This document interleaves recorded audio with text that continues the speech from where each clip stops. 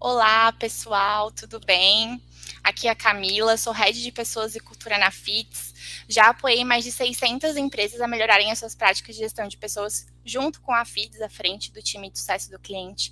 E hoje, estou aqui como RH da FITS. Toda semana eu faço webinários conversando com outros RHs, então vou trazer um pouquinho disso para vocês aqui.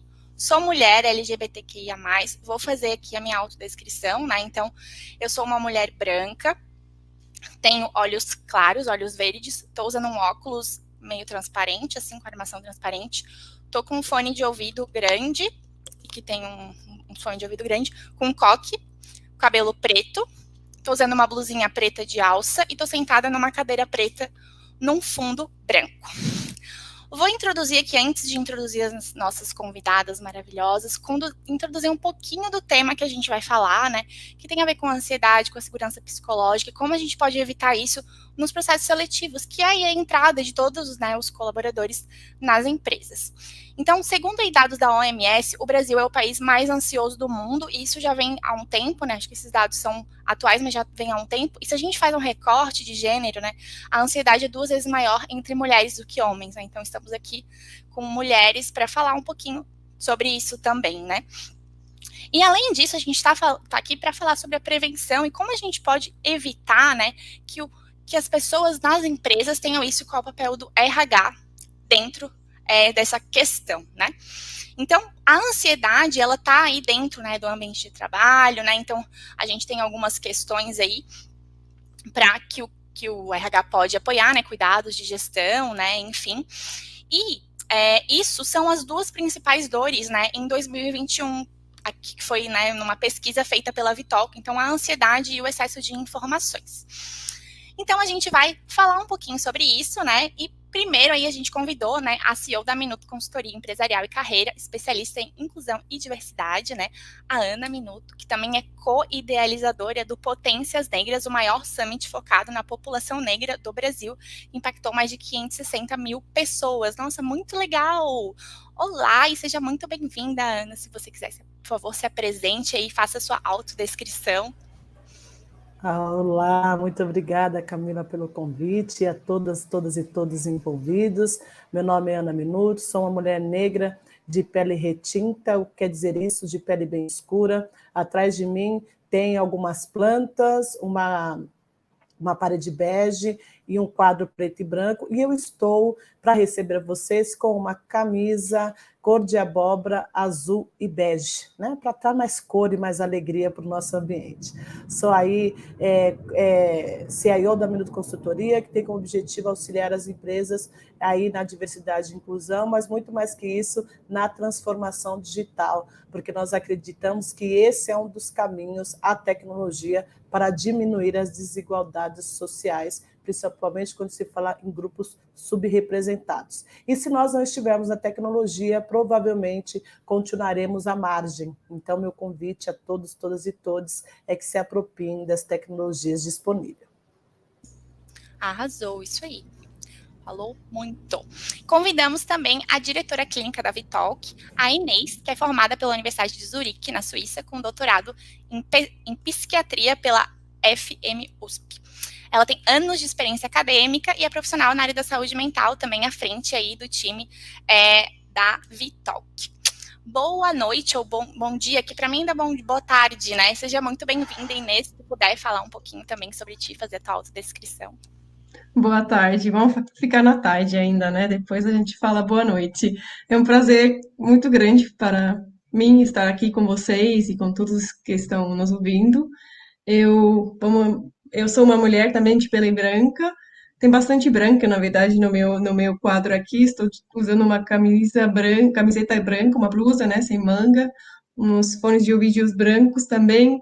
Atrás de mim tem uma parede branca, meu cabelo é marrom, meus olhos também são marrons, e estou ansiosa, né? Ansiosa no sentido saudável, para falar sobre a ansiedade hoje e no contexto, e mergulhar um pouco no contexto, né, do RH e do dia a dia, das rotinas das profissionais nessa área. Maravilhoso. E convidamos também a líder de pessoas e cultura da Abler, que é a Veri Barcelos. que é psicóloga e tem pós em gestão de pessoas, e ao longo da sua trajetória de 15 anos na área de pessoas, atuou principalmente com recrutamento e seleção, então, né, muito sentido, também a Abler, né, atua com recrutamento e seleção, né, controle de indicadores, treinamento e desenvolvimento. Olá, Veri, se apresente também, faça sua autodescrição. Boa noite, Camila, boa noite, meninas, todo mundo que está nos ouvindo, que está participando aí. Bom, então eu sou uma mulher branca, tenho os cabelos castanhos, meio loiros, estou com uma camiseta branca que tem escrito a Blenders em roxo, que é a forma que a gente intitula carinhosamente aí os nossos colaboradores. Estou com um colar com bolas verdes, fone de ouvido branco também, tenho tatuagens no meu fundo, né, tá um pouco desfocado, mas estou no fundo da minha sala de casa mesmo, então tem um sofá cor-de-rosa ali atrás, algumas coisas, né, que eu gosto ali de enfeites também na sala da minha casa. Muito obrigada pela sua apresentação. Queria agradecer também os nossos tradutores aqui, a Thalita e o Ricieri, que estão aqui fazendo a tradução para a gente, para que esse conteúdo seja acessível, né, para todas as pessoas aí.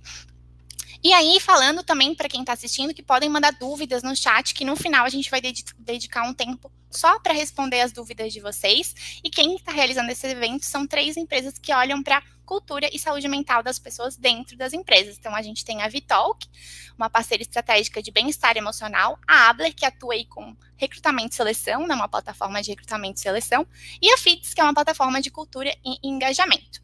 E aí eu vou começar com a minha primeira rodada de perguntas, e primeiro a gente precisa introduzir um pouquinho do tema. Então, queria perguntar para Inês, aqui a nossa super especialista e clínica, né, falar um pouquinho sobre como a ansiedade pode ser reduzida nos times de trabalho e falar um pouco sobre essa questão da saúde mental nos colaboradores, né, como que isso surgiu no RH, como que o RH trouxe isso para dentro das organizações, que é uma coisa relativamente nova, né, se a gente for parar para analisar, né, todo o tempo que a gente trabalha, né, no mundo.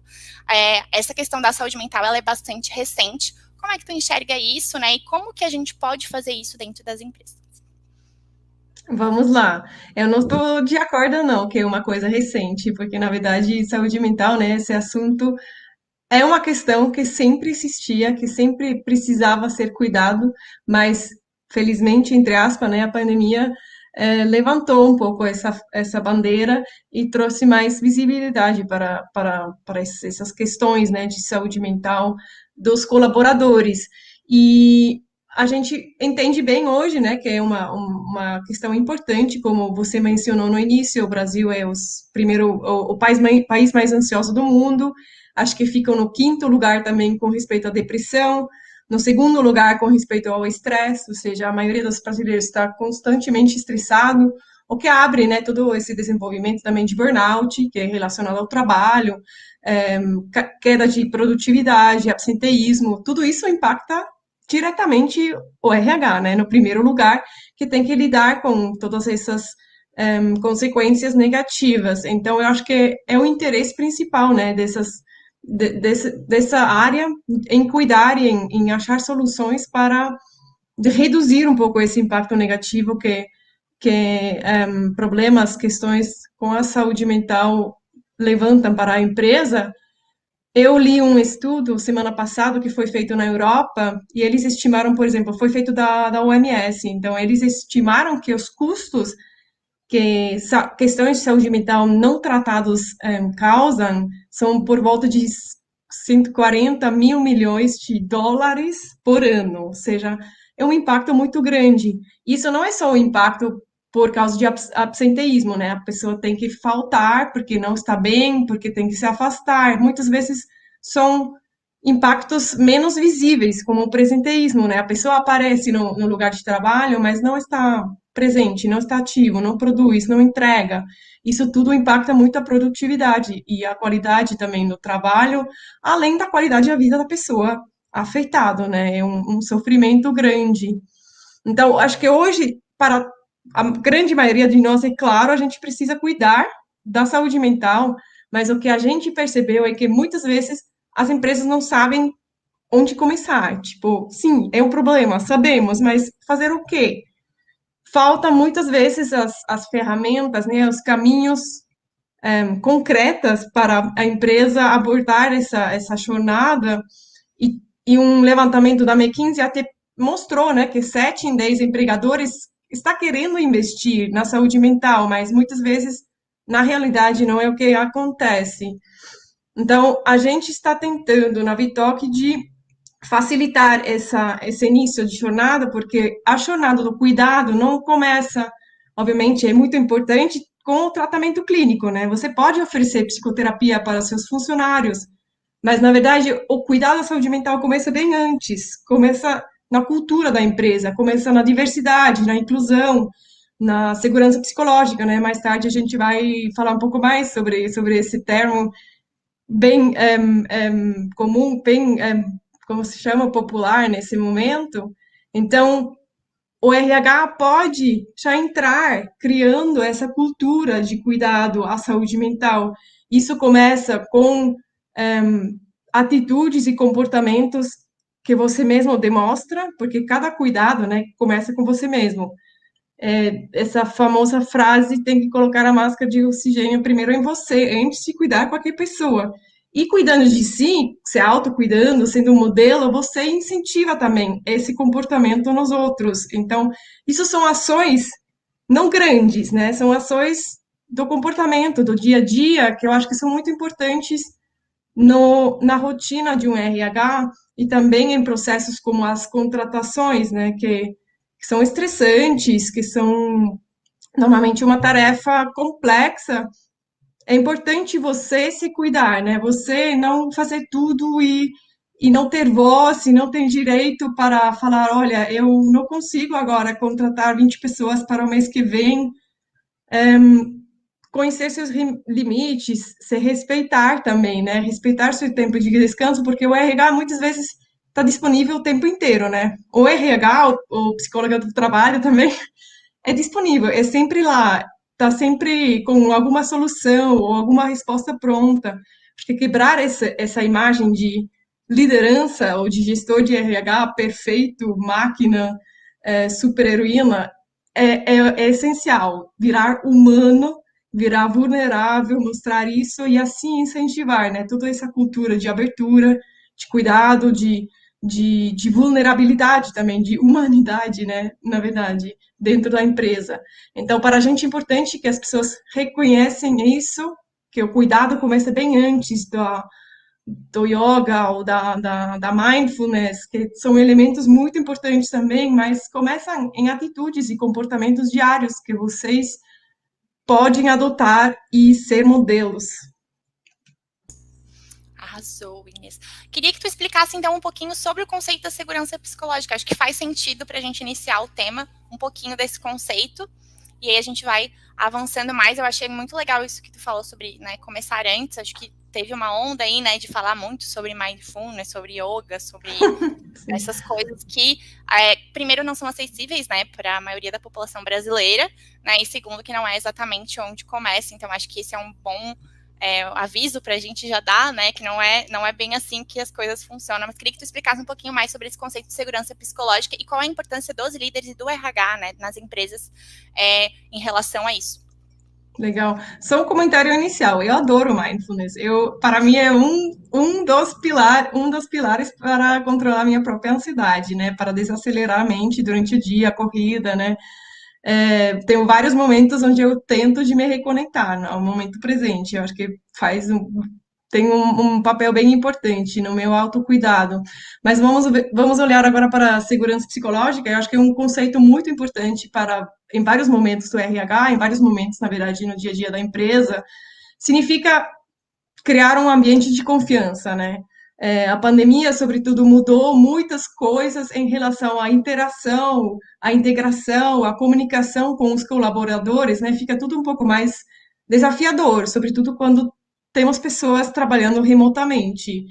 E agora, muitas vezes, a gente tem um modelo híbrido, né? Algumas pessoas voltaram para o escritório, outras pessoas estão ainda no formato remoto. Isso complica também, né? Toda essa comunicação. Então, ter esses espaços e conversas e encontros num ambiente de confiança é muito importante para receber as informações, entender a situação do outro, mesmo que ele não esteja nosso lado, no escritório.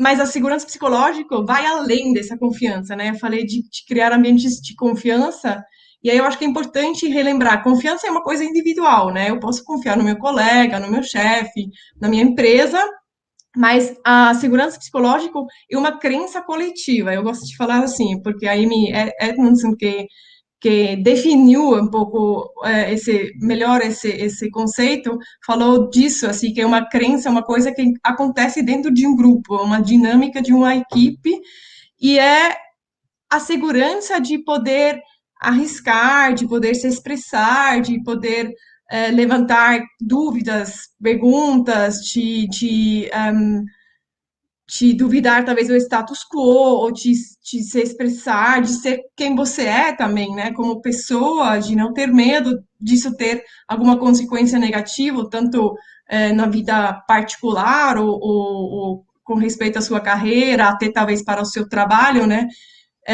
esse tipo de segurança, né, que precisa existir em times, por exemplo, de alto desempenho, ou seja, segurança psicológica não é algo fofo que a empresa faz porque ela é boazinha, é um conceito muito forte para melhorar resultados e desempenho.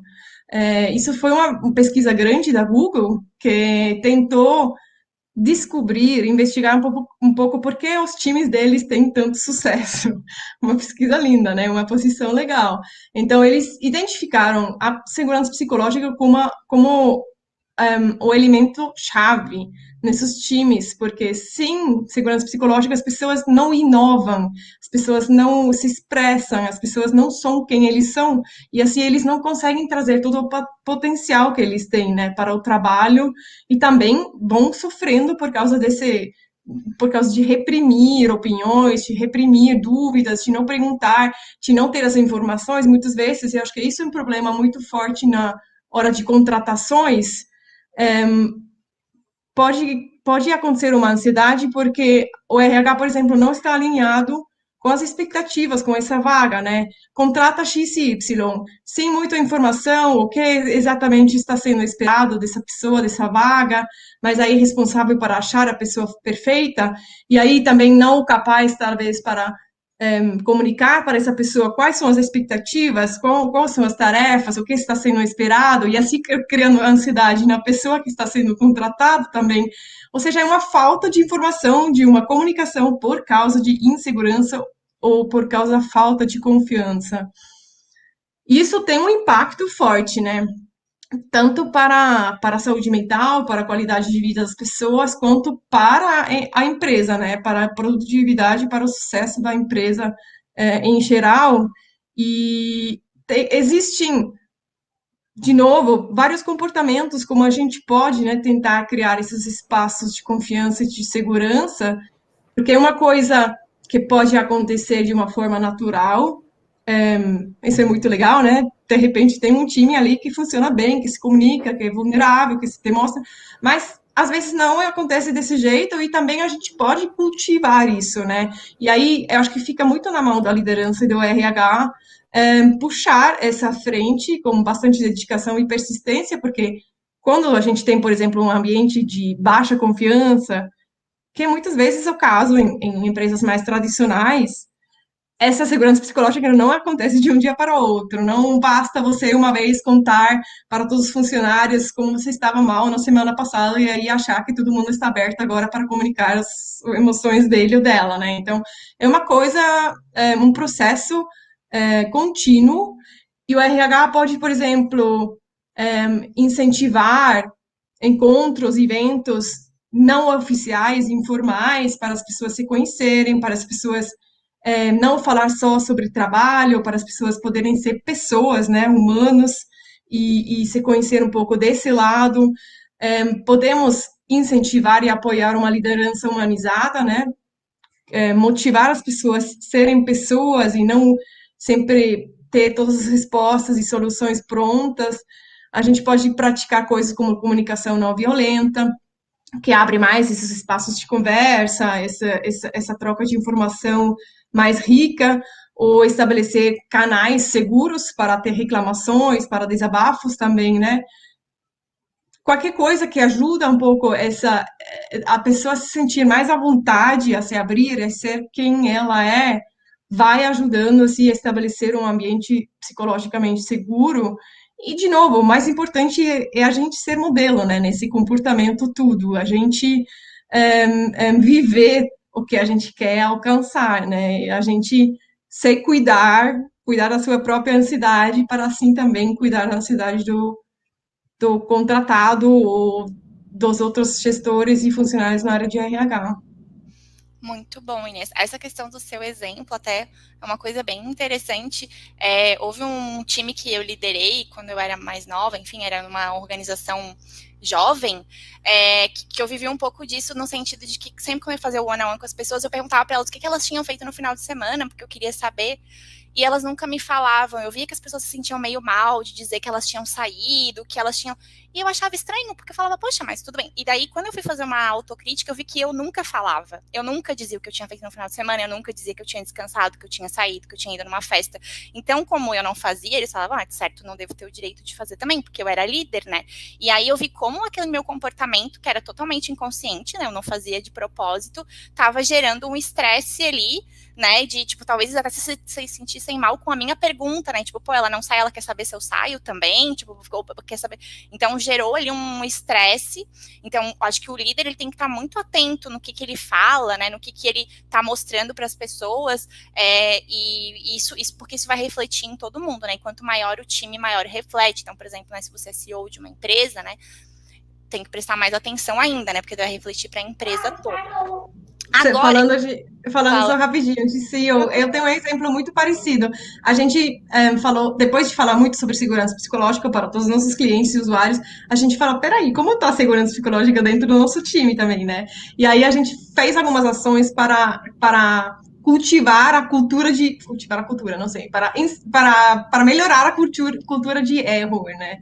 E aí criamos um evento no final do mês, a comemoração de falhas, ou seja, a gente conta aí o que não deu certo, o que erramos, e a gente comemora, né? Porque no conceito da segurança psicológica, erros são chances para aprender, né? É muito importante fazer erro quando são inevitáveis, sobretudo, não precisa ser um erro besta, né? Por falta de atenção, não falamos desses erros, mas de umas coisas que são importantes para a gente aprender. E aí eu falei para o CEO, né? Falei, você está ciente que você tem que abrir esse palco? E depois cada liderança tem que seguir e contar coisas horríveis, assim, para quebrar o gelo, né? E abrir essa confiança, porque se você não se mostra vulnerável, vai ser muito difícil alguém do time fazer isso. Exatamente. Muito boa contribuição, muito obrigada, Inês. Agora eu queria perguntar um pouquinho para a Ana, para a gente entrar um pouco nesse assunto dos onboardings, né, das contratações, que, como eu falei no início, é a porta de entrada para os colaboradores. E a gente sabe que muitas vezes o RH entende que precisa ser uma coisa humanizada, que precisa ser algo diferenciado, mas, por algum motivo, as altas lideranças das empresas não entendem, o CEO não entende. Como é que a gente consegue vender essas ideias, né? Como é que a gente consegue mostrar que isso é muito necessário, né? Para a gente garantir, né, contratações, onboardings mais inovadores, inclusivos, e que a gente tenha uma saúde mental desde o início, né? Porque o processo de recrutamento e seleção, ele é um processo estressante por natureza. A pessoa está ali, né, procurando um emprego, né? Então, é algo que já está ali numa pressão muito alta. Então, se a empresa ainda faz ser mais estressante do que já é, eu acho que aquilo, né, com certeza gera algo. Ana, conta pra gente aí. Bom, obrigada, Inês, pelo que você trouxe. Quando ela falou que a gente já cuida de saúde mental há bastante tempo, a gente falar de clima organizacional, né? O clima organizacional define como as pessoas são tratadas dentro da sua companhia, e isso é baseado em cultura. Quando a gente pensa em diversidade e inclusão, nós estamos falando de cultura. Se não for parte da cultura, se nós não entendemos que todos os dias nós temos que nos esvaziar um pouco da gente para se encher um pouco do outro, que precisamos conhecer sobre diversidade e inclusão como um todo, não é só falar de mulher, não é só falar de homem, não é só falar de PCD, é entender que precisamos ser líderes inclusivos nessa caminhada, caminhada e que é um aprendizado, é uma construção, nós temos mais dificuldade para gerar diversidade e inclusão e gerar onboards ou gerar recrutamento e seleção mais humanizados. Eu sempre digo que na internet das coisas, quem vai se manter empregado são as pessoas que conseguirem serem humanas, né? No sentido de entender que elas vão acertar, que elas vão errar, que elas têm os desafios diários e que é essa troca que vai fazer nós nos fortalecermos nessa caminhada. Eu sempre digo que até antes da pandemia, todo mundo odiava a gente. Não aguento mais meu chefe, não aguento mais a pessoa que trabalha comigo, não aguento mais o meu amigo. Ficamos aí quase 2 anos separados, nós falamos, gente, que festa gostosa é essa, né? Quando a gente encontra alguém, quer abraçar, então a gente já entendeu que 100 pessoas, por mais que a gente se esforce para ser sozinho, é impossível ir para o próximo nível. E quando a gente pensa em recrutamento e seleção, pensa em onboard, nós precisamos começar a olhar a diversidade como ela tem que ser olhada, através da equidade. Não dá para entregar os mesmos resultados com as mesmas pessoas e não dá para utilizar o mesmo ponto de partida para todas as pessoas, porque viemos de culturas, realidades, visões de mundo, religiões, etnias totalmente diferentes. Então, o primeiro caminho quando a gente pensa hoje em falar em burnout, a gente já estava doente há muito tempo, não foi a pandemia. Essa doença já existia, só não tinha um nome, e com a pandemia nós viemos com nomes novos para doenças existentes desde sempre. E esse reconhecimento que a ansiedade, a depressão e o estresse, ele faz parte do nosso dia a dia, infelizmente. Porque cada um de nós lidamos com a forma de enxergar o mundo e com as nossas experiências totalmente diferentes. Então, quando a gente dá um nome para algo que está incomodando, quando a gente entende minimamente o que aquele impacta no ambiente organizacional e na cultura, automaticamente ou sintomaticamente nós começamos a buscar soluções, né? Então, a gente só consegue gerar soluções para problemas que a gente olha e fala, nossa, temos um problema. Então, este é um problema, ansiedade, depressão e estresse que decorre de todas as cobranças que nós temos no dia a dia. Eu, como sou coach também, eu sempre peço para os meus coaches falarem sobre os seus papéis, né, diários. É mãe, é pai, é vizinho, é gato, é cachorro, é amigo, é irmão, tem que comprar algo, tem que fazer alguma coisa. Então, são muitos papéis e muitas cobranças, né? Então, quando a gente entende esse cenário, nós começamos também a conseguir enxergar enquanto RH e também enquanto pessoas, como é que as nossas ações impactam no dia a dia. E quando a gente pensa nas empresas, é necessário olhar a cultura, é necessário olhar as políticas, porque são as políticas que determinam qual é o caminho que aquela empresa vai seguir, o que ela vai escolher como meta, seja na diversidade e inclusão, seja para melhorar a saúde mental.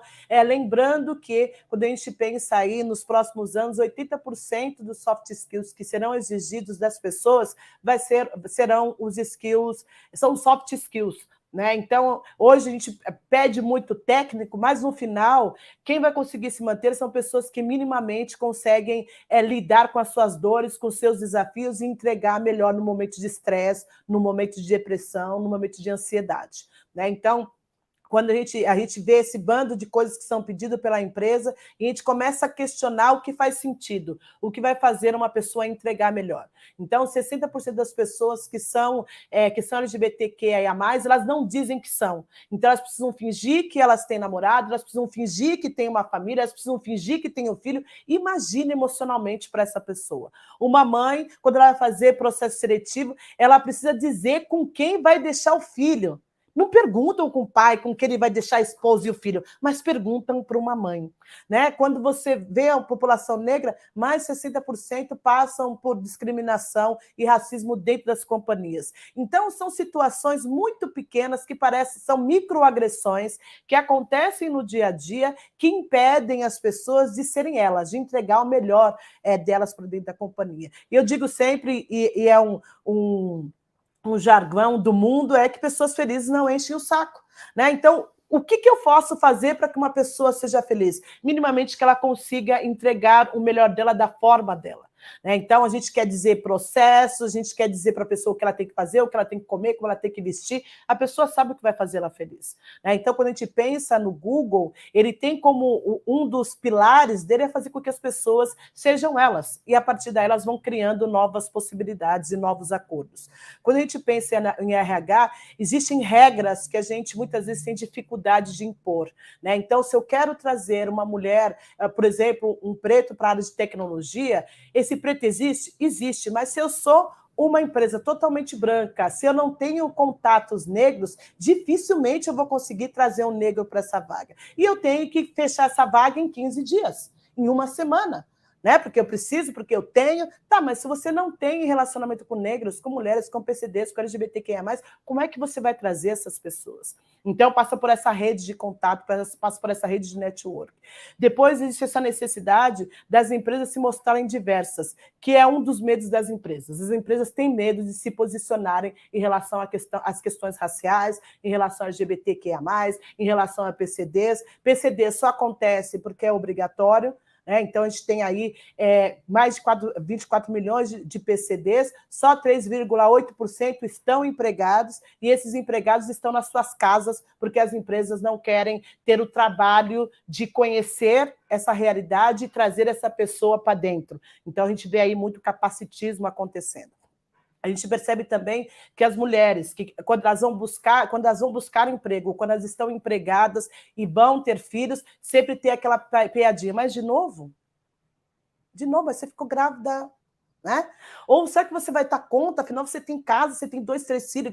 Então, são essas microagressões diárias que precisam ser olhadas, e elas só podem diminuir a partir do momento que a gente diminui os nossos vieses. É uma ilusão dizer, ninguém tem viés. Não, isso é uma forma que o cérebro funciona dessa forma.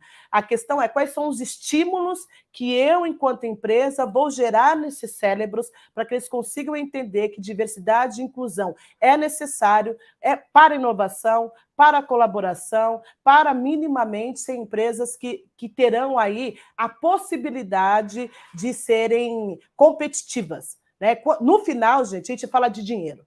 E isso que a gente precisa entender. No nosso país, nós somos muito mais racistas, machistas do que capitalistas, porque nós deixamos de fazer dinheiro porque eu não gosto de mulher, ou eu não gosto de preto, ou acho que PCD não vai dar conta. Né? Então, eu digo sempre que a gente adora falar sobre dinheiro, mas nós perdemos dinheiro a todo momento quando não trazemos a diversidade e inclusão. O RH ele é responsável por gerar essas regras e negociar. Né? Então, é importante que esse RH tenha conhecimento sobre diversidade e inclusão, tenha conhecimento de quais são os desafios para fazer diversidade e inclusão, para poder negociar com esses gestores. Muitas vezes, nem o RH sabe, são pessoas brancas querendo contratar diversidade que não têm nenhum conhecimento sobre diversidade e inclusão. Então, não dá para você falar sobre diversidade e inclusão dentro de uma companhia toda branca e fazer recrutamento e seleção onde não tem mulher, onde não tem preto, onde não tem LGBTQIA+. É impossível. Né? Então, a gente entra nesse processo do gostaria muito de que acontecesse, mas nunca acontece. Então, um dos caminhos que eu vejo que as empresas já estão adotando é começar a tirar a grana do bônus das pessoas que são líderes e não conseguem manter diversidade e inclusão. Putz, mas esse é o caminho? É o que está funcionando. Porque, infelizmente, mas é o certo a ser feito. Eu também acho. Mas eu continuo ganhando 56% a menos que um homem branco fazendo a mesma coisa. Então, os fatos não batem. Eu posso até ter boa vontade, posso ser até melhor do Brasil, não muda nada. Eu continuo ganhando 56% menos. Então, e mulheres também aí nessa realidade. Então, o meu convite, não só para o RH, mas para todos nós que estamos aqui, é entender que diversidade e inclusão é uma jornada e que você precisa ser propositivo nessa jornada. Você sozinho, enquanto empresa, não vai conseguir fazer, você vai ter que trazer consultorias especializadas e pagar por isso. Você precisa rever sua cultura, precisa rever suas políticas e precisa rever as suas regras. Por isso que é tão importante um canal de denúncia, porque é a partir dele que as pessoas começam a dizer o que estão acontecendo. E não é só ter um canal de denúncia, é ter um canal de denúncia que apura os fatos e fale com ambas as partes, porque muitas vezes a pessoa denuncia e entra naquela questão. é mimimi, aconteceu, não vai acontecer de novo, quando não. Isso acontece porque a empresa permite que aconteça através da sua cultura, através do seu clima organizacional e através de políticas e regras que realmente abarquem a todos. É possível durante um espaço de tempo, né? Porque empresas brancas que não conhecem pretos, não conhecem mulher, não conhecem LGBTQI, vai ter estresse. Mas depois do estresse, essa área consegue minimamente entregar muito mais de 20% do que áreas homogêneas. Maravilhoso, falou tudo, Ana. Uma coisa que eu queria, até me perdi aqui no, estava assistindo a aula, mas essa questão da consultoria, acho que isso é uma coisa muito legal que aconteceu, porque hoje tem muitas empresas que fazem esse trabalho, e eu lembro que na FITS, quando a gente começou a fazer vagas afirmativas, não era um serviço que era tão popular. Então, hoje tem como a gente procurar, né, inclusive especializadas, né, se a gente faz um censo e vê que eu preciso de mulheres, que eu preciso de... dá para fazer até uma coisa especializada. O que eu queria falar é sobre a questão do canal de denúncia e também de fazer pesquisas anônimas, porque às vezes as pessoas, elas não... mas se elas não falam, mas se elas são perguntadas, elas falam. Então, acho que isso também é muito, muito importante, né? Ter na pesquisa de clima questões sobre diversidade, inclusão, né? As pessoas de todas as etnias são respeitadas para que você mantenha isso, né? Depois que já tiver, né? Ou essas questões sobre bem-estar também, porque muitas vezes a pessoa não vai falar voluntariamente, né? Ou quando ela fala, já está num nível que às vezes já não dá mais para resolver, mas se é perguntado, a gente consegue essa informação mais cedo.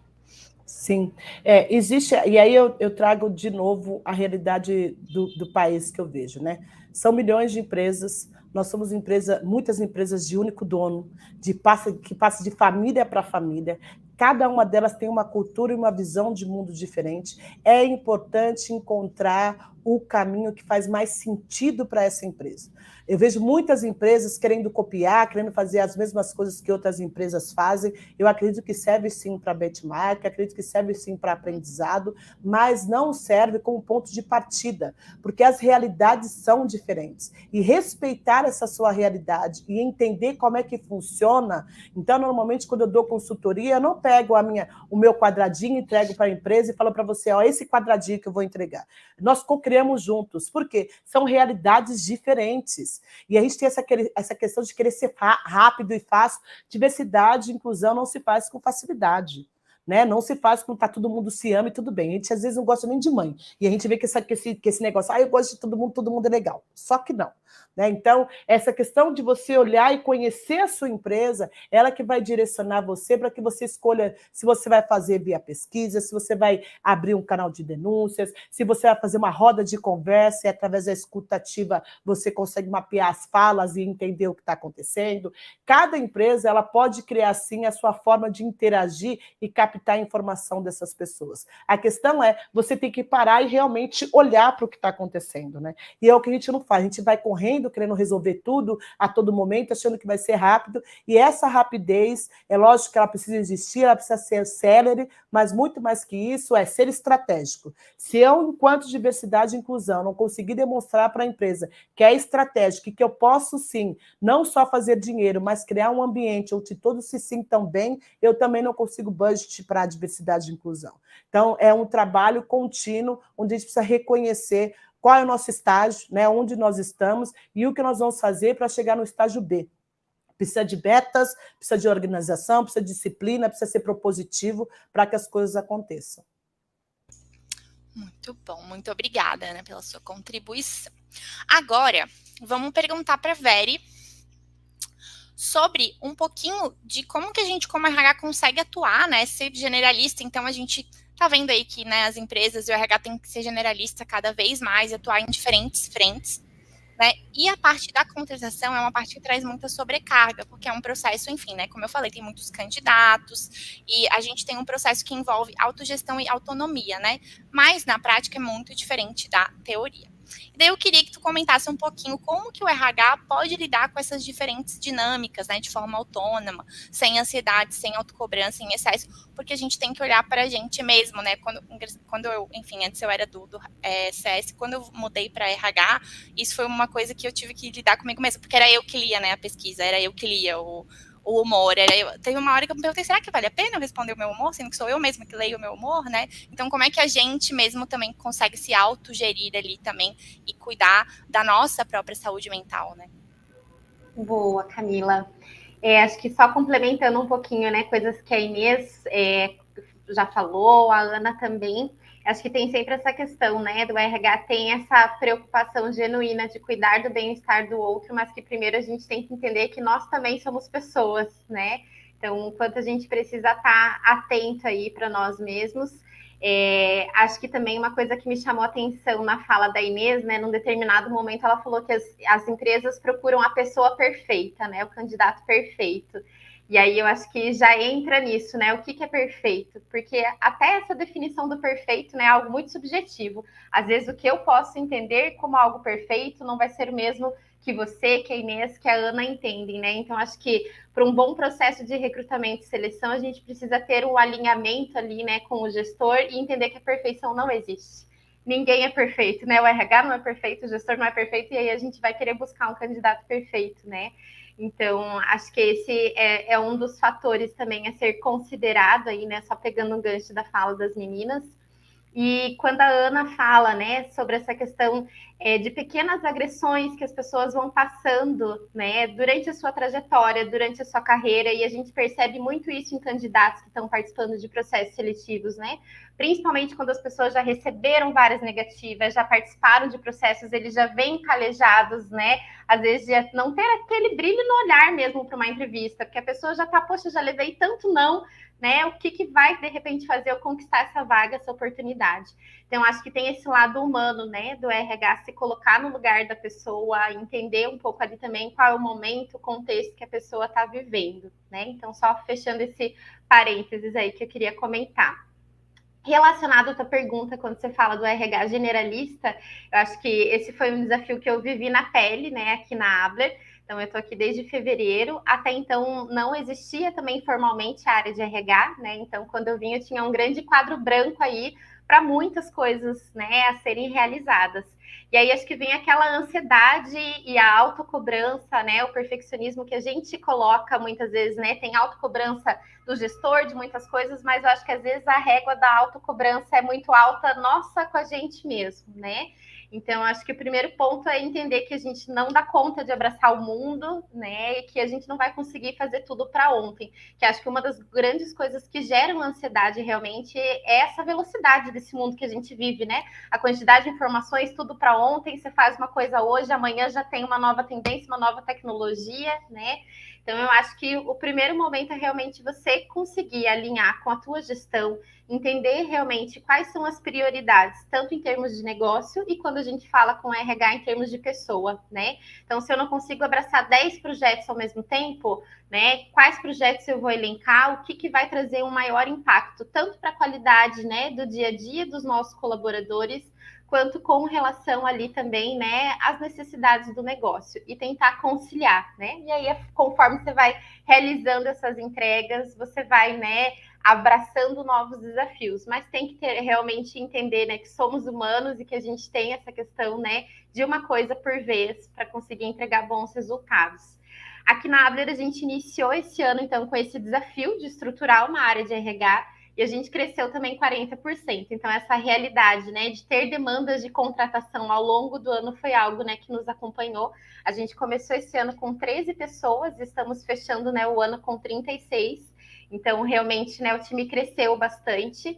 E aí eu acho que é muito nesse sentido, assim, entender, né, que realmente se eu tenho uma vaga em aberto, se eu tenho uma posição, isso tá, né, ali sobrecarregando um time, né, que de repente está com tarefas ali divididas, pode estar prejudicando no impacto no resultado, né, da equipe também. Então acaba sendo algo essencial, né, mas em paralelo com o recrutamento e seleção tem outros projetos que o RH generalista precisa tocar e demandar, né? Então acho que ter etapas, né, bem definidas de um processo de recrutamento e seleção e também compartilhar, né, essa responsabilidade com a gestão. Então o RH, por mais que ele tome a frente de muitas coisas do recrutamento e seleção, né, quem bate o martelo, quem alinha, né, e participa de muitas etapas do processo, né, aqui conosco são os gestores. Então ter muito esse canal de parceria, né, realmente com a gestão ter esses alinhamentos, né? Visto aquilo que eu comentei no início, que não existe candidato perfeito. Então, o que realmente é um requisito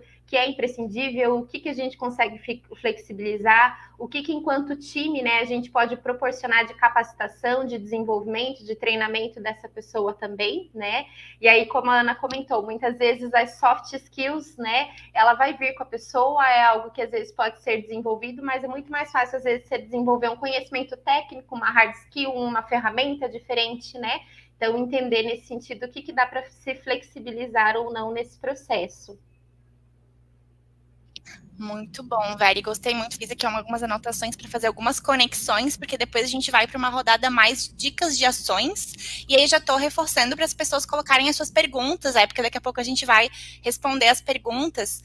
Mas eu acho que dá para conectar muito o que a Ana falou sobre o RH ser propositivo com tudo isso que tu falou sobre a questão da organização, né, e da questão até da própria diversidade, que é uma coisa que demora para fazer, e outros projetos também são, né, com coisas no sentido, às vezes a empresa não tem um planejamento de vagas anual, né, mas os líderes normalmente sabem mais ou menos o que eles vão, claro que não sabem, vai ser na primeira semana de março eu vou precisar, não, mas normalmente os líderes sabem o que eles vão precisar daqui a um ano, né, então, poxa, será que a gente não pode propor nesse planejamento, né, vamos fazer junto com os líderes, vamos marcar uma conversa 15 minutos contigo pra gente colocar numa planilha, porque com o planejamento de vagas anual, eu consigo trabalhar com vagas afirmativas, por exemplo, muito mais fácil, porque eu tenho tempo, né, então eu sei, né, o caso que a Ana falou ali, né, se eu sou uma empresa 100% branca e eu preciso fechar a vaga em 15 dias, vai ser muito difícil, mas se eu sei que daqui 1 mês, 3 meses eu vou precisar de um coordenador, pode ser até uma vaga difícil, né, daqui 6 meses eu vou precisar de um coordenador para a área X,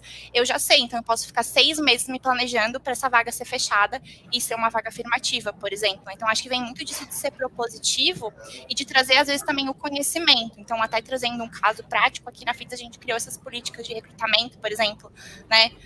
Enfim, os líderes participam e a gente treinou todo mundo sobre as etapas do recrutamento e sobre o que não deve ser perguntado. Tinha um slide, o que não perguntar, e estava tudo escrito lá. Não pode perguntar se a pessoa tem filho, se a pessoa vai ficar grávida, se não. E foi muito legal, porque surgiu até dúvida, se a pessoa falar, o que eu faço, né? E daí a gente, não, se a pessoa falar, muito legal, você pode falar, eu também tenho, poxa, que coisa, né? Mas não é para aquilo ser uma questão. Então, eu acho que é legal também a gente, claro que não é para o RH ser a muleta de conhecimento de gestão do gestor, né? O gestor precisa se informar sozinho. Mas sobre as políticas da empresa, é bom que isso seja uma política, né? Então tá escrito lá, é uma política da FITS não perguntar sobre isso no recrutamento e seleção. Tá escrito, né? Então não é algo que a Camila faz porque a entrevista dela é legal. Não, é algo que a empresa está dizendo, né, que tem que ser feito. Eu acho que isso é muito interessante e vem do que a Ana falou de ser propositivo, né? Sim, acho que é muito isso que elas falaram, a cultura, né? Então, a cultura da empresa nos pequenos detalhes, desde o momento que a gente divulga a vaga, né? Qual é o formato dessa comunicação? Eu estou trazendo, né, a inclusão já para esse texto, né? Ou eu estou colocando que eu preciso um gestor, um desenvolvedor, né? Eu já estou limitando ali num verbo, né? Então, o quanto a gente realmente consegue ser inclusivo e já ir traduzindo a cultura da empresa desde o primeiro contato, que é quando a pessoa vai ler ali, né, a divulgação daquela vaga. Acho que o segundo contato, muitas vezes, acaba sendo, né, essa conversa inicial com o RH. Então, o quanto a gente consegue deixar a pessoa confortável para ela trazer também questões pessoais, para a gente mostrar o quanto a gente está interessado, além do profissional, na pessoa, né? Então, eu acho que já começa a criar esse ambiente, né, de segurança psicológica. E é muito engraçado, porque eu acho que isso não é uma cultura tão praticada, né, em recrutamento e seleção, e por mais básico que pareça, né, eu sempre falo que eu gosto de conhecer, né, a pessoa que eu estou conversando além do profissional, e eu deixo uns minutos livres ali, sem alguma pergunta dirigida, para a pessoa falar, né, o que ela se sentir confortável, para trazer sobre ela, sobre questões pessoais, não faço uma pergunta dirigida. E muitas vezes as pessoas não sabem o que falar, né? Eu acho que a liberdade traz isso. Meu Deus, e agora, né? O que eu falo? E aí, quando você vê, a pessoa fala uma ou duas coisas dela e já está entrando ali, né, no profissional, nas experiências, no conhecimento, nos cursos. Eu falo, me conta um pouquinho mais sobre você, né? Então, acho que tem essa questão realmente da gente estar genuinamente preocupado, né? E não por questões de curiosidade minha, veridiana, mas preocupado. Eu quero conhecer quem é a pessoa que está ali do outro lado também, né? Perfeito, velho. Perfeito. Não sei se a Ana queria acrescentar alguma coisa. Eu só queria comentar rapidinho. A gente até começa com esse espaço livre, ou seja, eu com a contratação das psicólogas na linha de frente, eu começo muitas vezes a conversa com a entrevista, né? Com perguntas abertas. Assim, conta um pouco para mim sobre você, quem você é, o que você gosta de fazer, por que você está interessado na vaga, qual é a sua experiência. E aí, depois desse espaço livre, eu enfio, se eu precisar, ainda enfio perguntas que eu preciso ter respondido, mas muitas vezes a pessoa já responde, né, muitas coisas, e aí fica menos esse checklist, né, esse perfil de funcionário, você vai entrar como funcionário, aí a pessoa entra como pessoa, né, entra como um ser humano. Bom ponto, exatamente. É legal também deixar o espaço para a pessoa fazer as perguntas dela, né? Querendo ou não, ela também está fazendo uma escolha quando ela se inscreve na nossa vaga, né? Então, isso é uma coisa que a gente sempre faz aqui na FITS. Tem os últimos, acho que 10, 15 minutos para a pessoa fazer as perguntas que ela quer, o que ela quer saber sobre a empresa, sobre a vaga, enfim. A gente gosta muito de conduzir, deixando a pessoa até no sentido assim que a gente nem chama de entrevista, né? É um bate-papo realmente. Eu acho que é um momento de alinhar expectativas, né? Então, a pessoa perguntar, a pessoa ter curiosidade, é assim, não sou só eu que estou ali, né? De certa forma, avaliando e vendo se a pessoa atende aquilo que a gente busca para a vaga, para aquela posição. Mas será que eu, enquanto empresa, né, estou apto, estou conseguindo oferecer o que ela busca? Né, dentro de um ambiente de trabalho, enfim, a cultura da empresa, se é compatível, né, com os valores dela. Então, acho que é muito bacana a gente entender, né, tirar aquele viés, né, da entrevista tradicional, de que é um processo de avaliação que eu aqui realmente estou conduzindo e eu vou dar minha palavra final, né. Às vezes você pode gostar do candidato e o candidato não ter interesse em trabalhar na tua empresa, né. Então, quanto você está proporcionando esse momento de troca e de alinhar expectativas realmente, né. Eu digo sempre para os meus co-tips, principalmente de carreira, que eles precisam recrutar as empresas.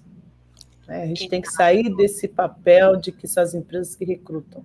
Eu preciso entrar nesse papel de que eu recruto as empresas. E como isso? Relacionado a propósito, relacionado à cultura, relacionado à diversidade e inclusão, relacionado à clima organizacional, relacionado a quais são os propósitos que essa empresa que eu posso me conectar. Porque hoje a gente está entrando no híbrido, mais de 60% das pessoas que estão buscando emprego só estão buscando emprego em empresas que estão permitindo esse híbrido. Por quê? Porque já entenderam que não faz sentido ficar 2 horas para ir, 2 horas para voltar na condução. Já entenderam que elas conseguem ser produtivas, sim, e têm que melhorar, lógico, sua gestão de tempo, mas já entenderam que elas podem fazer isso, podem gerar esse ambiente que ela possa estar e ver os seus filhos crescerem, o seu gato, o seu cachorro, as suas plantas, como eu. Então, mas para isso é importante que a gente entenda também, e aí por isso que a gente fala sempre... Está falando muito mais do ESG, que é isso, né? Quando a gente pensa em sustentabilidade, quando a gente pensa em ambientes que proporcionam minha criatividade, minha inovação, que ambiente é esse? E eu só consigo saber se eu recrutar a empresa. E o que é recrutar a empresa? Eu fazer perguntas que façam sentido para mim. Então, para mim, por exemplo, eu não sou mãe, eu não tenho problema, por exemplo, com auxílio creche. Mas tem outras mulheres que são mães e precisam de auxílio creche. Hoje tem empresas que estão criando até auxílio dog, auxílio cat, porque entenderam que isso é importante para aquele colaborador. Então, a gente está falando de sair dessa visão de números e ir para pessoas. Quando eu consigo olhar as pessoas como humanos e que elas têm necessidades diferentes, minimamente eu consigo entregar melhor para este funcionário. Tem pesquisas que demonstram que muitas pessoas não saem da empresa por conta da questão financeira, elas saem da empresa porque elas não podem ser elas saem da empresa porque a cultura não faz mais sentido para elas saem da empresa porque diversidade e inclusão não é um core daquela empresa, não faz sentido para aquela empresa. Então, muitas vezes a gente entra nessa questão de que eu vou pagar mais. Cara, você pode até pagar mais, mas o cara vai ficar satisfeito durante 2, 3 meses e ele vai sair, porque para ele não faz sentido se manter numa empresa que diz que é diversa, que diz que é inclusiva, sendo que você vê no board só homens brancos e cis. Não tem lógica. Então, eu acho que passa por esse... existe agora uma responsabilidade de cada uma das pessoas que estão buscando emprego também começar a recrutar as empresas. E não é chegar na hora de fazer entrevista que você vai descobrir quem é a empresa. Você precisa pesquisar antes, entender antes, buscar antes. Porque é isso, às vezes o desespero para a gente se inscrever em 500 milhões de vagas, quando nós somos chamados, nós não sabemos nem que vaga que é. E aí a gente fala, não, eu quero, para mim é importante, entra, dá trabalho para você e dá trabalho para o recrutador, porque você vai entrar numa vaga que não faz sentido para você. Né? Então, tem essa consciência também que nós, enquanto pessoas que buscamos emprego, buscamos recolocação, temos que ter, para que eu possa minimamente conseguir ser recrutada por empresas que façam sentido e também diminuir a minha ansiedade, eu tenho que começar a pesquisar sobre as empresas. Eu tenho que ter minimamente um roteirinho do que é importante para mim que essa empresa tenha. Porque senão, e aí eu vou dar um exemplo, eu trabalho muito, a minha empresa é uma consultoria pequena, embora ela tenha bastante tempo, ela é uma consultoria pequena e ela trabalha com contratos. Né? A gente contrata pessoas através freelance ou contratos contínuos, mas de algumas regras. E para a minha assistente administrativa, para ela é imprescindível ela ser registrada. Por mais que eu fale para ela, putz, mas você pode ganhar mais para o contrato, você pode ganhar mais para o venda, o mercado está arrumando para contratos, mesmo que a gente tenha essa cultura de carteira assinada, para ela é importante carteira assinada. Eu que me vire, porque eu quero manter essa funcionária. Entendem? Então, assim, é sair desse processo de que só pode ser assim. Não, a gente vai ter que ser mais criativo, a gente vai ter que ser mais inovador para manter pessoas. Que esse é um desafio que o Brasil sempre teve e a tendência é aumentar, porque a população que está buscando emprego ela está ficando mais consciente do seu poder de escolha. Então, na geração da minha mãe só podia ser costureira para o resto da vida. Na minha geração, eu já tive mais de 5 profissões. E quem vai vir agora, daqui para frente, quem está no colégio, no ensino médio agora, vai poder ter mais 5 ou 6 profissões. Então, quer dizer, a nossa forma de olhar o mundo, de trabalhar com esse mundo está mudando, e se as empresas não entenderem isso, provavelmente elas podem fechar até por falta de mão de obra. Maravilhoso. Achei que falou tudo, é isso mesmo. Eu adorei esse papo que a gente teve agora. Aí a gente vai agora para uma parte de dicas que vai ser rapidinho para ter tempo para as perguntas. Peço que mandem perguntas, não tem muitas perguntas aí, então mandem as suas perguntas aí. Primeiro, né, momento de ações práticas e dicas. Veri, vamos lá. Como é que a gente faz na prática, né, para criar vínculos com a pessoa recém-contratada? Acabei de chegar na empresa, né, ninguém me conhece, eu conheço a minha recrutadora normalmente, né, o gestor. Como é que a gente faz para criar esse vínculo e gerar desde o início essa segurança psicológica, né? Porque não dá para eu querer falar de segurança psicológica depois que a pessoa está 1 ano na empresa, já está um pouco atrasado, né? Então, como é que a gente faz para criar esse vínculo inicial? Tanto no remoto quanto no presencial, né? Que hoje a gente tem esses 2 desafios bem diferentes. Exato. Aqui na Abler a gente está 100% remoto, né? Então, até boa parte do time que eu comentei ali, das 36 pessoas, a gente não está nem na mesma cidade. E essa questão da criação de vínculo realmente acho que é um desafio, né? É um desafio diário e é uma construção, né? Porque realmente quando você trabalha presencial com as pessoas é mais fácil com o tempo, né? Claro que criar vínculo é tempo, né? Não é do dia para a noite também que você cria vínculo com o colaborador, né? Mas acho que no remoto isso se torna um desafio um pouquinho maior, né? Aqui, na verdade, de coisas práticas, eu acho que realmente é conseguir se fazer presente mesmo não estando fisicamente presente, né? Então, ter bons canais de comunicação, ter e praticar, não ser só da boca para fora, mas ter uma abertura ao diálogo, indiferente da posição, do nível, né, de quem entra ali na empresa, ele tem um contato aberto, né, com o CEO, com os fundadores, com a área de RH, né, com o gestor, enfim, com outros colegas, colaboradores de outras áreas. Então, acho que ter esses canais abertos de comunicação.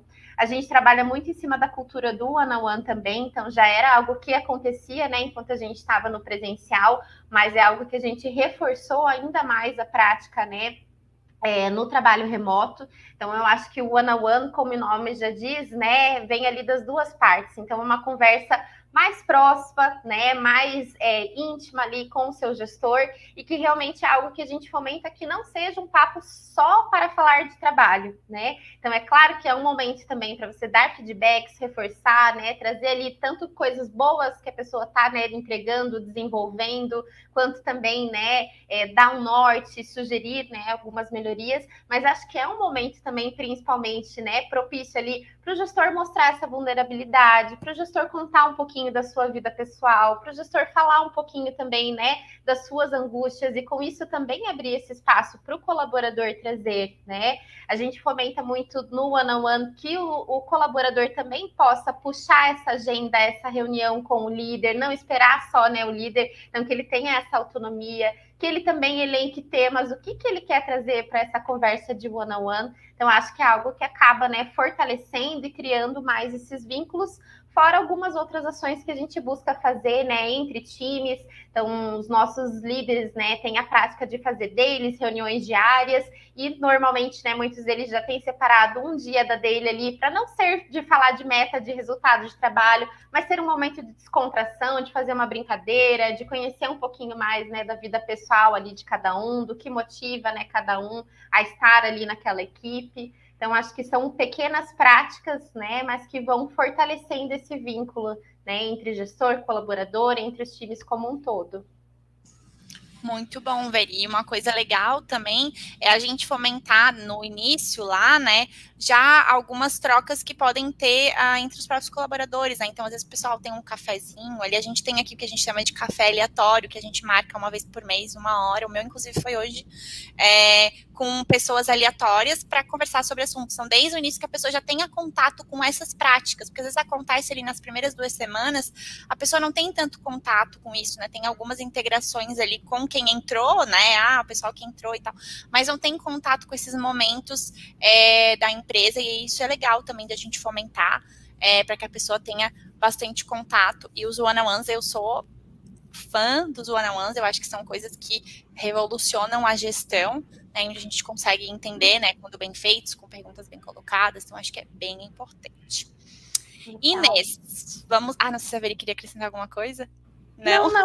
Eu queria fazer um comentário. Posso comentar uma coisa? Claro. Depois você me pergunta próximo assunto. Eu adorei as coisas que a Veri agora levantou. São pontos que a gente, inclusive, conversa bastante num workshop sobre prevenção de burnout, né, no trabalho híbrido, porque tem outros desafios agora com esse formato híbrido. E um ponto deles é a previsibilidade, né? Saber o que me espera, né? Isso pode diminuir bastante a ansiedade.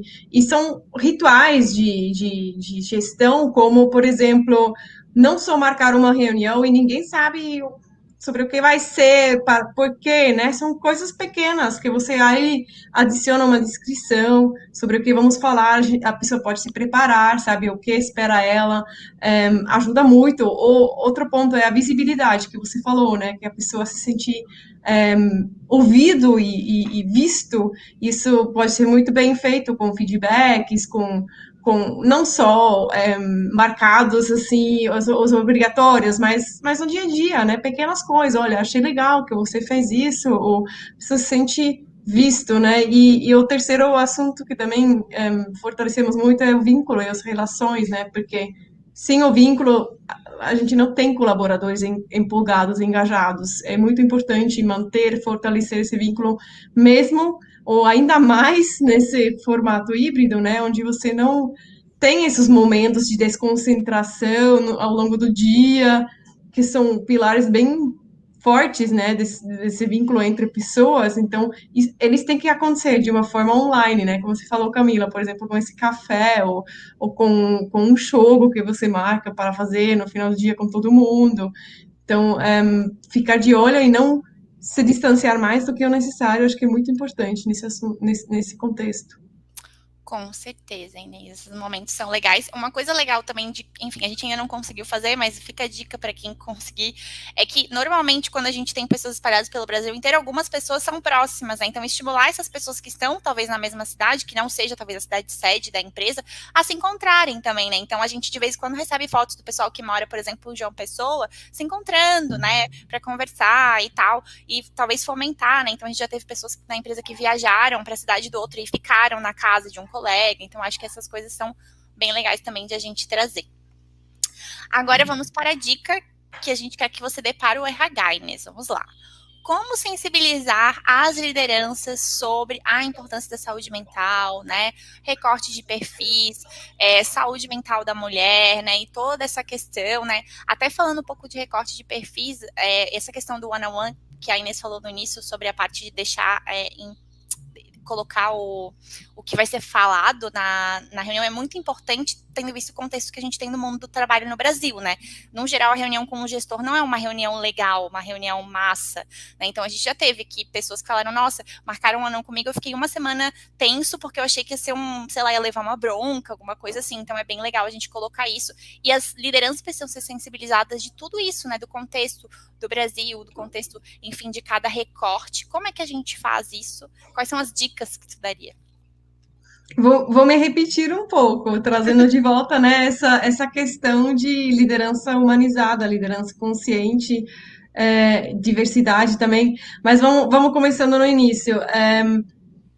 A Ana falou muito sobre a pluralidade, né, de situações, de realidades também, até dentro do mesmo grupo de pessoas, cada pessoa reage diferente a uma situação, a mesma situação, por exemplo, a mesma situação pode gerar um estresse em uma pessoa, porque temos ali atrás nossas crenças pessoais, temos aí atrás nossos pensamentos automáticos, nossas inseguranças, então, cada pessoa é muito individual, cada pessoa vive uma outra realidade e considerar isso dentro do cuidado da saúde mental é muito importante. Não adianta oferecer uma única solução para todo mundo e achar que está resolvido. Então, isso tem que ser um assunto desde a conscientização, né, ou a capacitação, que a Veri também mencionou da liderança, porque muitas vezes o assunto de saúde mental não está sendo levantado porque a liderança não se sente capaz. E aí, quando eu vejo que quando alguém começa a chorar ou começa a surtar, vou fazer o quê? Não sei nem o que fazer, né? Então, no primeiro lugar, muitas vezes a gente trabalha nessa capacitação, nesse treinamento, né?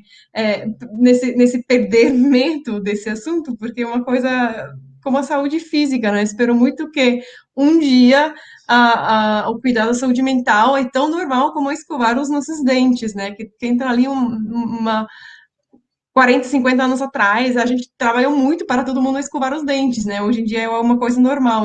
Espero que não demore tanto, mas que um dia chegamos nesse ponto onde isso faz parte, onde a saúde mental é considerado equivalente à saúde física, mas a realidade hoje ainda é que eu consigo falar para meu chefe, olha, tô resfriada, tô com dor de cabeça, tô com cólica, sei lá o que, qualquer coisa física, vou tirar o dia off, discussão nenhuma. Mas muitas vezes, nas realidades das empresas hoje, ainda não existe isso para. Tô nervosa, tô ansiosa, tô deprimida, não vou prestar nada, tô desconcentrado, tô desfocado, passei por um conflito familiar, não vou conseguir me concentrar e produzir hoje, tudo bem eu tirar um dia off? Então, isso ainda não é rotina. E eu acho que tem vários instrumentos que poderiam ser usados dentro de uma gestão de empresa, como políticas internas. Incluir lá nas políticas internas o direito de descansar caso a pessoa, ou de se afastar, caso a pessoa não esteja se sentindo bem mentalmente. E não só com atestado médico, também o direito de ter o tempo de descanso também, de respeitar isso também, né? Muitas vezes existe essa cultura de estar disponível o tempo inteiro, por causa das novas tecnologias, que eu gosto muito, mas que a gente trabalha muito com eles, mas eles também têm aquela desvantagens que a gente está ligado o tempo inteiro, né? Isso é um fator crucial para desenvolver um burnout, porque a gente, assim, nunca mais baixamos um nível de estresse, né? Porque estamos ligados, estamos num estado de alerta constante até a luz, né, da tela, tudo isso provoca essa ativação cerebral que nos faz, no final, piscotar, né, nos queimar. E então, nas práticas, além de políticas internas, que podem ser mais explícitas, é muito importante também comunicar isso, né, comunicar essa priorização da saúde mental. Não é só falar entre a liderança, a saúde mental é importante. Não, tem que ser comunicado, né, para todo mundo. Olha, a gente se importa do seu bem-estar emocional também, não só físico. E isso são os nossos serviços que a gente te oferece, ou o seu plano reembolsa psicoterapia, ou tem essa possibilidade. Muitas vezes existem os recursos, mas não são comunicados, não são entendidos pelos funcionários, que eles têm esse direito. Então, essa comunicação aberta, além de canais seguros, né, para levantar questões ou reclamar sobre fatores de risco, né, para nosso bem-estar dentro da empresa, seja ela de forma emocional ou física, são muito importantes para a empresa. Com certeza, Inês, concordo com tudo que você falou. E o papel aí do líder de promover esse espaço, né? Acho que tem tudo a ver com o one-on-one para a pessoa poder falar, né? Como é que ela está se sentindo e para o líder poder talvez agir de uma forma mais individualizada, né? Então, a gente tem esse benefício, você já utiliza, né? Você já faz, né? E eu acho que também é muito importante que o líder esteja preparado, né? Mais ciente para entender que a pessoa também tem que ela precisa procurar um auxílio profissional, né? Então, a gente não é pra gente tratar isso, né? Então, acho que a primeira coisa é sempre perguntar, né? Você já faz um acompanhamento, né? A gente tem aqui o benefício, temos o plano de saúde, né? Para as empresas que têm, senão, né? Se não tem outra ação que possa ser feita para que a pessoa seja direcionada a um profissional que vai saber lidar, né? Com aquela situação melhor do que o gestor que não está preparado para isso, né? A nível de, acho que a gente tem que estar preparado para fazer esse tipo de encaminhamento, né? E não para lidar com a situação. Acho que isso é bem importante. Não sei se mais alguém quer acrescentar. Mas para esse encaminhamento você tem que primeiro ter essa cultura, né?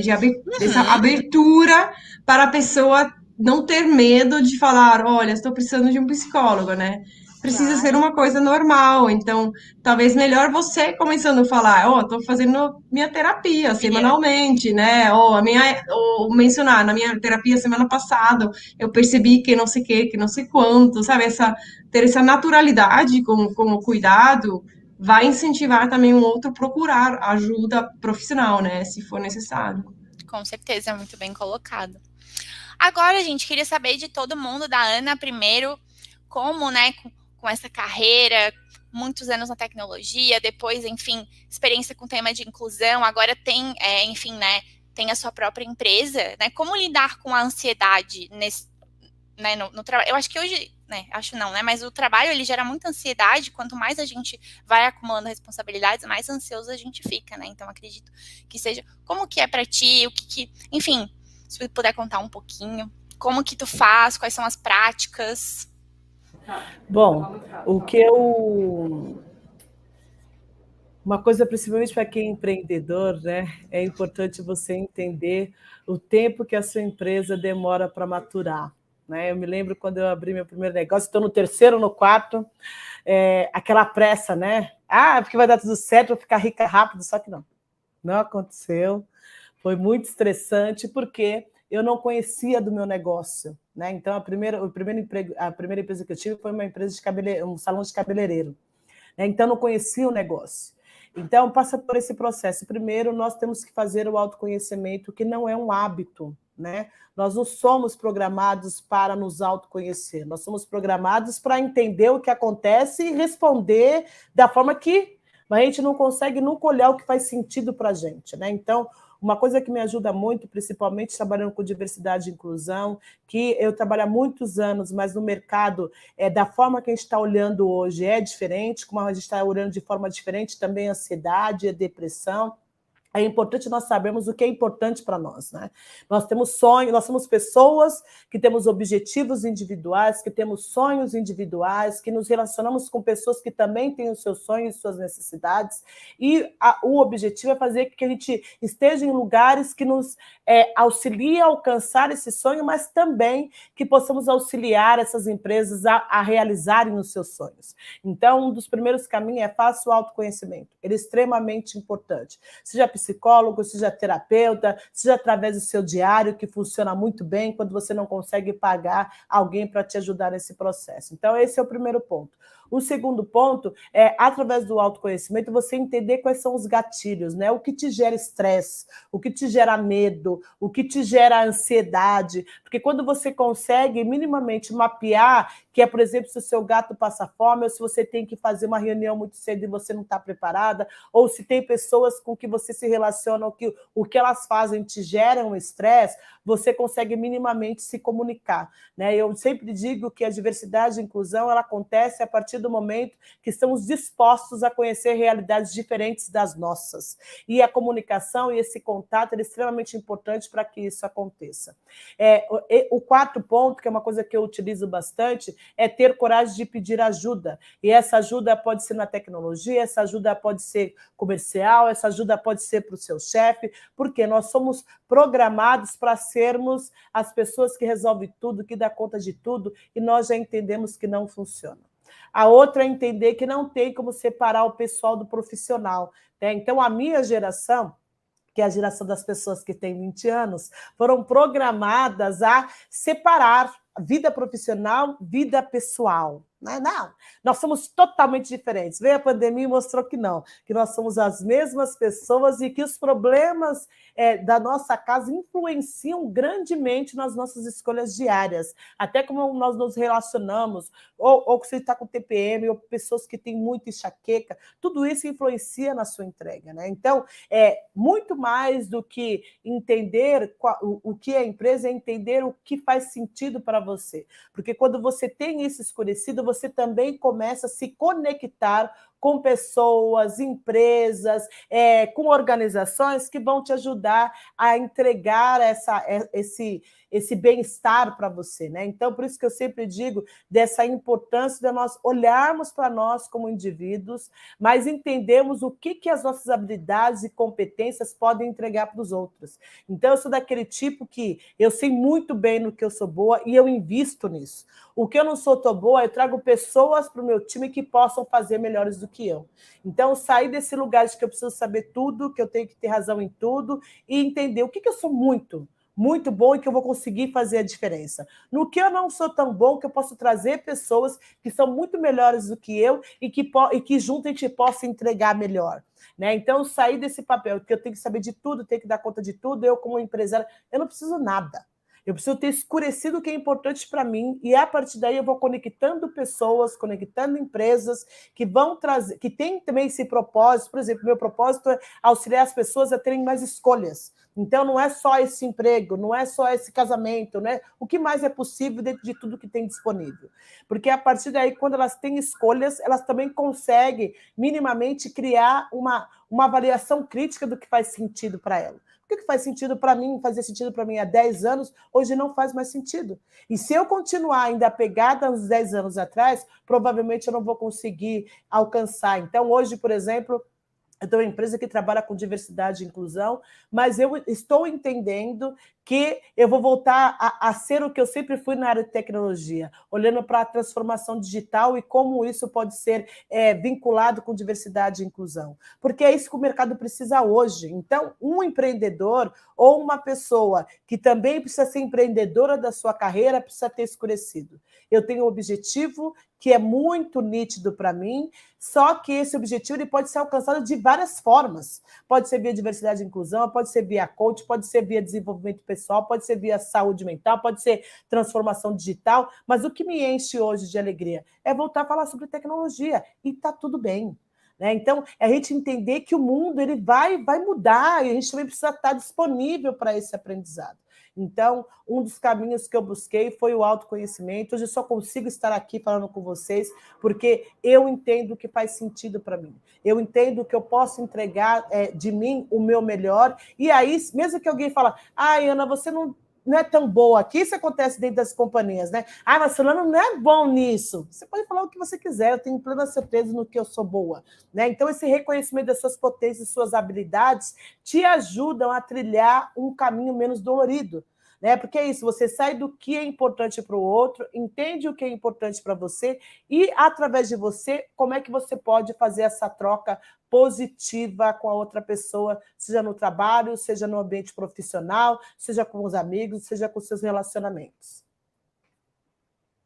Muito legal isso que você falou do autoconhecimento, porque isso tem uma relação direta com a confiança também, né? E até aqui falando com mulheres, né? A gente sabe que a autoconfiança não é uma coisa que nos é ensinada, né? Desde pequenas. Então, acho que também tem esse trabalho, que é uma coisa que a gente precisa trabalhar todos os dias. Até eu, quando tive a transição de carreira, para mim foi muito chocante, porque eu saí de uma área que era lidada direto com o cliente, onde tinha uma pressão, digamos assim, que era muito palpável, né? As pessoas me cobrando o tempo todo, tá pronto, tá pronto, tá pronto, tá pronto.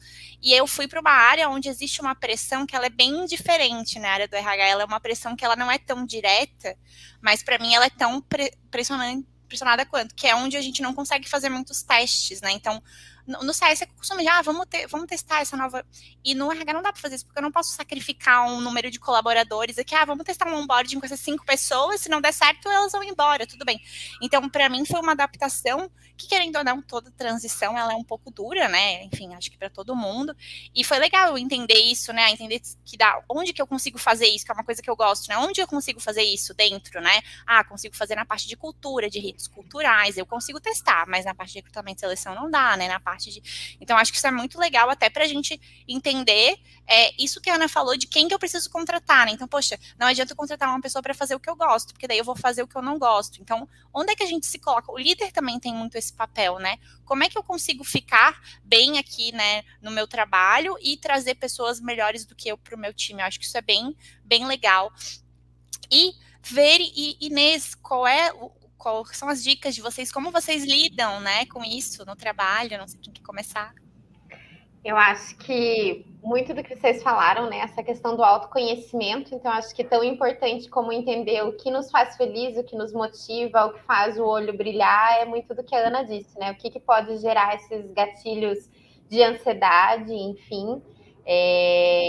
Então eu acho que comigo, né, eu já tenho algumas coisas identificadas, então eu acho que é realmente ali entender, né, quando você começa a ver que algo está se aproximando, opa, para, respira, o que é meu, o que é do outro, né, o que eu consigo fazer realmente com relação a essa situação, que às vezes a gente se cobra ou gera ansiedade em cima de coisas que nem está na nossa alçada resolver, né? Então, assim, não é também de largar e abrir mão, né? Mas, assim, por que eu vou estar sofrendo por algo que não cabe a mim, né?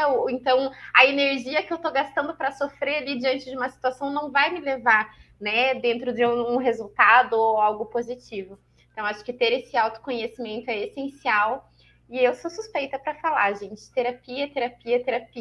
Eu acho que traz, né, um autoconhecimento, percepção em qualquer momento, em qualquer etapa da nossa vida. Acho que o mundo seria muito melhor se todo mundo tivesse a consciência e buscasse fazer terapia. Concordo plenamente. E eu acho que cada psicóloga fala isso, né? Todo mundo teria que fazer terapia. Porque não é sobre reduzir sintomas, sobre estar doente, sobre o que a Ana falou. Autoconhecimento é o fundamental, né? Para tudo o que a gente falou aqui hoje. É, no meu caso, eu sou uma pessoa bastante ambiciosa, impaciente, curiosa, perfeccionista, então imagina, a cabeça está a mil sempre, não invento sempre alguma atividade, mesmo quando deveria descansar, é, paro nunca, né, entre aspas. Então, para mim, foi um caminho focado em refletir sobre a minha ambição, né, refletir sobre os meus valores, o que de fato me importa, ou quais são as minhas prioridades, e também qual valor é que eu mesmo me dou, né? Esse valor está relacionado a conquistas profissionais, precisa das conquistas profissionais, porque se isso é o caso, você está muito mais arriscado a se negligenciar, né? E se dedicar demais para o trabalho e ter um burnout no final, né? Então, são perguntas fundamentais que eu preciso é, ficar ligado o tempo inteiro. O segundo ponto é respeitar os meus limites, né? Com essa vontade, essa demanda infinita, essa ativação infinita, eu não estou respeitando que a energia é finita, né? Nossa energia é finita, então a gente tem que adotar um gerenciamento sustentável, né? E saudável para não capotar cada noite e não ter mais nada sobrando para a nossa vida particular, para tenho uma filha de 5 anos que quer brincar comigo, que quer uma mãe disposta, né? Que quer uma mãe que está com recursos para estar criativa e para brincar. Então, tudo isso requer um gerenciamento ao longo de cada dia das minhas energias que é adequado, né, para essa realidade. E, por último, também reservar, né, em toda essa correria, papéis diversos que a gente está tentando balançar, reservar um tempo, né, para eu mesmo me cuidar. Isso implica que eu mesmo sei quais atividades me fazem bem, né? Ter essa consciência. Muitas vezes as pessoas não nem sabem, né? O que mesmo, né? Pode ser tomar um banho quente, pode ser tomar um chá no final do dia, coisas pequenas, né? Mas coisas que você faz proposicionalmente para fazer alguma coisa boa para você mesmo, se cuidar, né? Muito legal, Inês. Agora a gente tem 2 perguntas, então eu queria responder as perguntas aqui. A primeira pergunta é a pergunta da Edneia para Ana, que é sugestão de materiais, cursos para aprofundamento no tema de diversidade e inclusão. Então, quais seriam as sugestões para que a gente se aprofunde aí nesse tema? A primeira sugestão, ame pessoas. Essa é a primeira sugestão. Não tem como fazer diversidade e inclusão se você não amar pessoas. E amar pessoas é receber o que vem, tanto de bom quanto de ruim. Né? Porque é isso. Nós estamos habituadas a receber sempre o sim, o legal, o bom, mas tem pessoas que não vão gostar de você, tem pessoas que não vão gostar da sua atuação, e está tudo bem. A questão é entender o porquê que isso acontece. E o segundo é, faça o teste do pescoço. Se você olha para os lados e tem pessoas parecidas com você, provavelmente você não está fazendo diversidade. Esse é o segundo ponto. Por isso que é importante estar disponível para conhecer pessoas.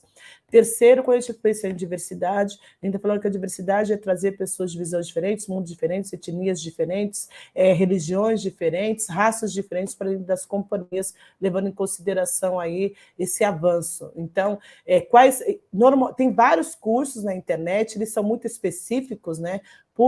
Curso que você fala assim, nossa, um curso, uma faculdade que tem um curso falando sobre diversidade e inclusão, ainda não. Né? Então, quando eu penso em diversidade e inclusão, você vai precisar buscar na internet os cursos que fazem sentido para você.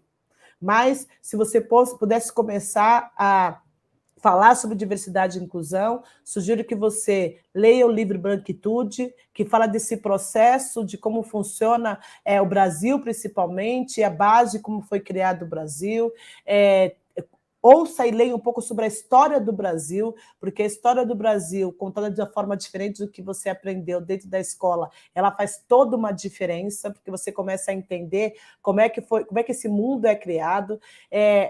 Busque estudar um pouco mais sobre classes, né? Porque quando a gente pensa em racismo, machismo, xenofobia, homofobia, está muito relacionado a lugar de poder, né? Então, tem uma pessoa suprema que tem poder sobre outra, e isso está relacionado ao capitalismo.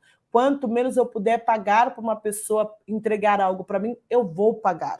Né? E aí a gente fala de racismo, mas o racismo está na Bíblia, é mais velho do que andar para trás, como dizia a minha mãe, mas a gente continua repetindo porque a gente ainda quer manter esse lugar de poder. Então, muito mais que conhecer sobre diversidade, estar disposta a falar sobre diversidade, é trazer diversidade para o seu ciclo, para o seu dia a dia, entender como é que funciona o Brasil, como é que ele foi criado em cima desse processo do racismo e da classe, para depois você começar a entender minimamente o que os grupos subrepresentados representam dentro desse ambiente. Mulheres, negros, LGBTQIA+, PCDs, porque tudo parte do capitalismo, né? Por isso que hoje a gente está falando mais sobre o capitalismo consciente, né? Como é que a gente pode fazer com que todas as pessoas ganhem, para que elas sejam mais prósperas e o país também seja mais próspero.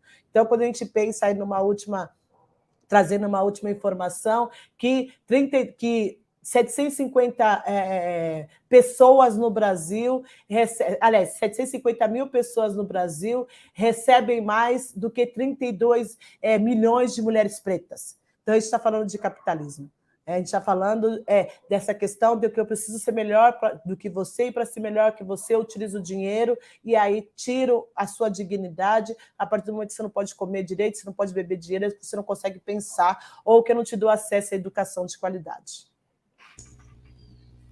Muito bem respondido. E aí, por último, vou passar um pouquinho de tempo, mas porque eu queria responder a pergunta da Cássia aqui. Aí, se a gente puder responder bem brevemente, o que pode ser, porque é até uma pergunta um pouco complexa, mas enfim, o que pode ser feito para a saúde mental do colaborador antes de ele apresentar um quadro de burnout? Como prevenir? Eu acredito que a gente já deu várias dicas aqui, né? Então, questão do one-on-one e tal, do recrutamento. Não sei se alguém tem uma dica diferente para dar sobre isso, da prevenção. Eu acho que pode ser uma psicoeducação geral, né, para a empresa toda, porque muitas vezes as pessoas não estão cientes dos primeiros sinais, né? O que é um sinal e só se encontra no quadro completo quando já é muito tarde, né? Quando já tem muito dano feito, né, causado. Então, essa psicoeducação geral é uma conscientização, né, que a gente chama sobre saúde mental, o que significa, sobre ficar atento, sobre gerenciar o estresse. Então, tudo isso ajuda a pessoa, além de incentivar autoconhecimento, né, que te ajuda a se reconectar emocionalmente com você mesmo, perceber na hora quando você está fora do normal da ansiedade ou fora do normal do estresse, que é normal, né, no nosso dia a dia, e aí dar umas ferramentas, oferecer umas ferramentas para as pessoas poderem se autocuidar, né? Ter esse poder de cuidar da própria saúde mental. Acho que isso é uma coisa que podemos fazer como líderes e gerentes, de capacitar as pessoas de se autocuidar. E isso começa com essa importância, né, da saúde mental, conscientização, e vai até serviços terceirizados também, que você pode oferecer para a pessoa aprender a gerenciar e equilibrar melhor a parte emocional. Muito bem, arrasou, Inês. Muito obrigada. A gente queria agradecer todo mundo que está nos assistindo. Queria agradecer Veri, Inês e Ana, a Thalita e a Ricieri também pela tradução, por vocês terem participado, pelas contribuições, né? Depois, se vocês quiserem, né, seguir todas essas mulheres maravilhosas nas redes sociais, né, para conversar também, podem fazer isso. Tá lá na página do evento. Esse evento ficou gravado, acredito que vocês vão receber um e-mail com todas as informações. Uma boa noite para todo mundo e sigam as dicas, né? Eu acho que isso é muito legal. Vamos falar mais sobre isso dentro das empresas, com os seus colegas, em casa. Eu acho que é um tema que tem que ser falado por todo mundo, não é só, né, aqui nesse webinar, mas também levar isso, né, para casa, conversa com o seu companheiro, com a sua companheira, para que a gente possa levar esse assunto para mais pessoas. Muito obrigada e vamos seguir uma boa semana para todo mundo. Obrigada, tchau, tchau. Obrigada, boa noite. Obrigada, tchau.